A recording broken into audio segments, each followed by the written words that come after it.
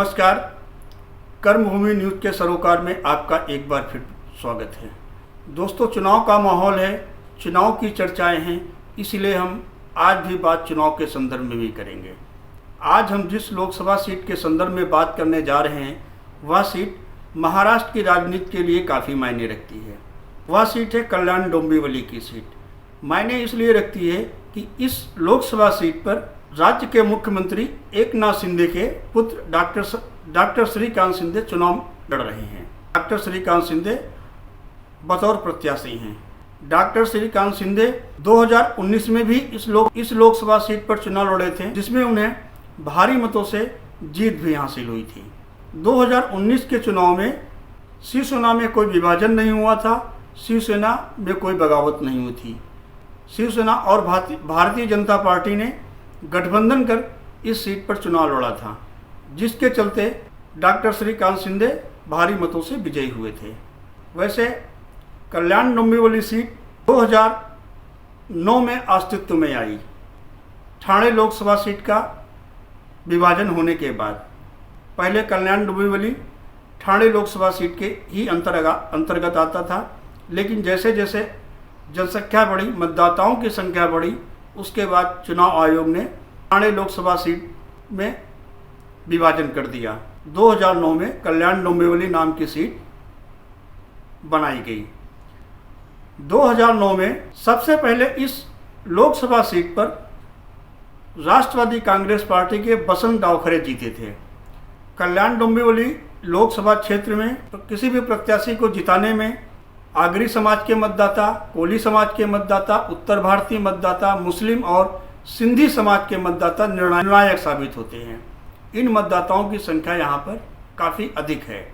Kalyan Dombivli seat से उद्धव ठाकरे ने यहाँ पर वैशाली दरेकर को बतौर प्रत्याशी डॉक्टर श्रीकांत शिंदे के समक्ष उतारा है।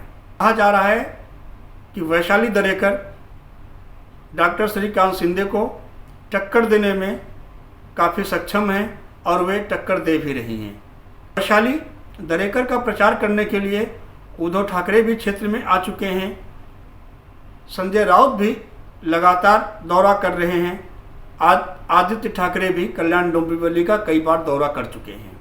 हालांकि कल्याण डोंबिवली लोकसभा सीट पर इस बार मुकाबला बड़ा ही रोचक होगा और दोनों के बीच कांटे की टक्कर होगी।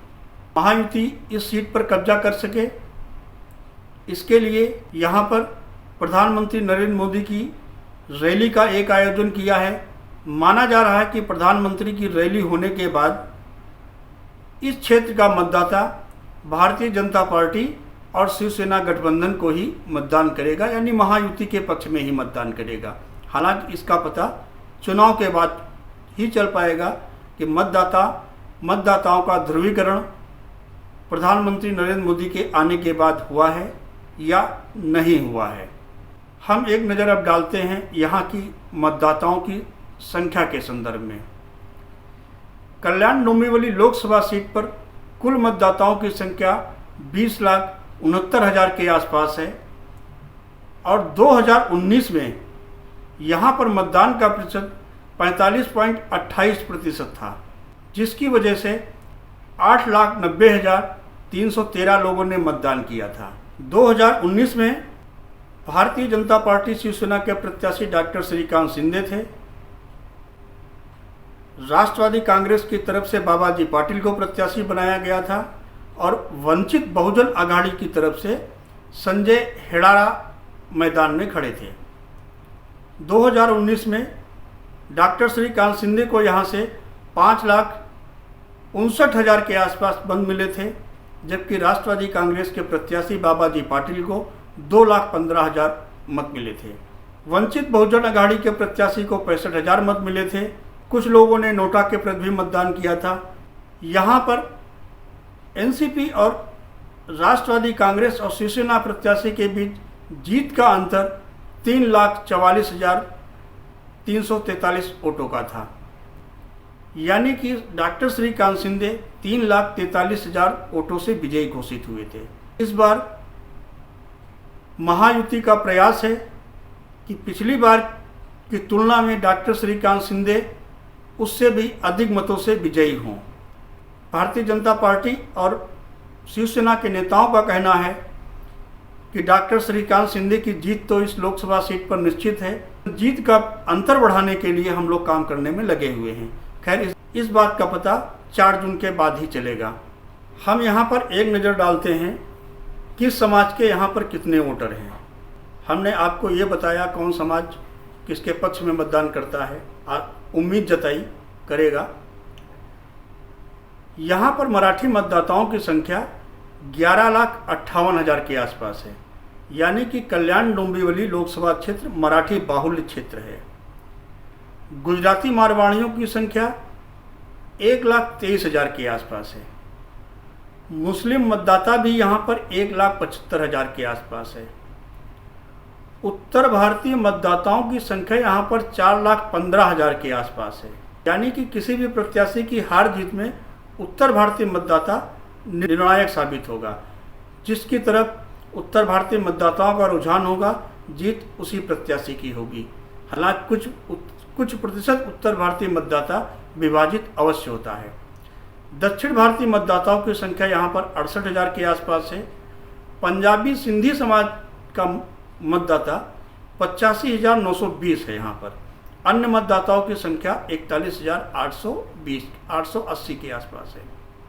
चर्चा की जा रही है कल्याण डोंबिवली क्षेत्र में कि पिछले 5 सालों में डॉक्टर श्रीकांत शिंदे ने अपने क्षेत्र के लिए काफ़ी अच्छा विकास किया है। इसके अलावा यहाँ पर लोकसभा चुनाव से पहले भारतीय जनता पार्टी और शिवसेना के नेताओं में अनबन होने का मामला भी सामने आया था। भारतीय जनता पार्टी और शिवसेना के नेताओं में खुलकर नाराजगी एक दूसरे के प्रति व्यक्त की जा रही थी। हालांकि भारतीय जनता पार्टी के वरिष्ठ नेताओं का कहना है यह गुटबाजी अब दूर कर दी गई है। कोई भी नेता एक दूसरे से नाराज नहीं है। सभी लोग महायुति के लिए काम करने में लगे हुए हैं और डॉक्टर श्रीकांत शिंदे को जिताने के लिए पूरा प्रयास कर रहे हैं।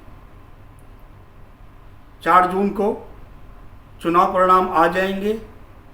जीत का अंतर पता चल जाएगा।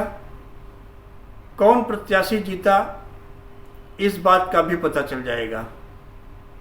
उद्धव ठाकरे की प्रतिष्ठा यहाँ पर बनी रहेगी या एकनाथ शिंदे यहाँ पर अपनी प्रतिष्ठा बचाने में कामयाब हो पाएंगे। फिलहाल इसे जानने के लिए हम 4 जून के मतदान का इंतज़ार कर रहे हैं। इसके बाद हमें पता चलेगा कौन प्रत्याशी किस पोजीशन में रहा। अगले वीडियो में हम किसी नए मुद्दे पर आपसे चर्चा करने के लिए आपके समक्ष आएंगे। तब तक हमारे चैनल को आप देखें, सब्सक्राइब करें, लाइक करें और शेयर भी करें।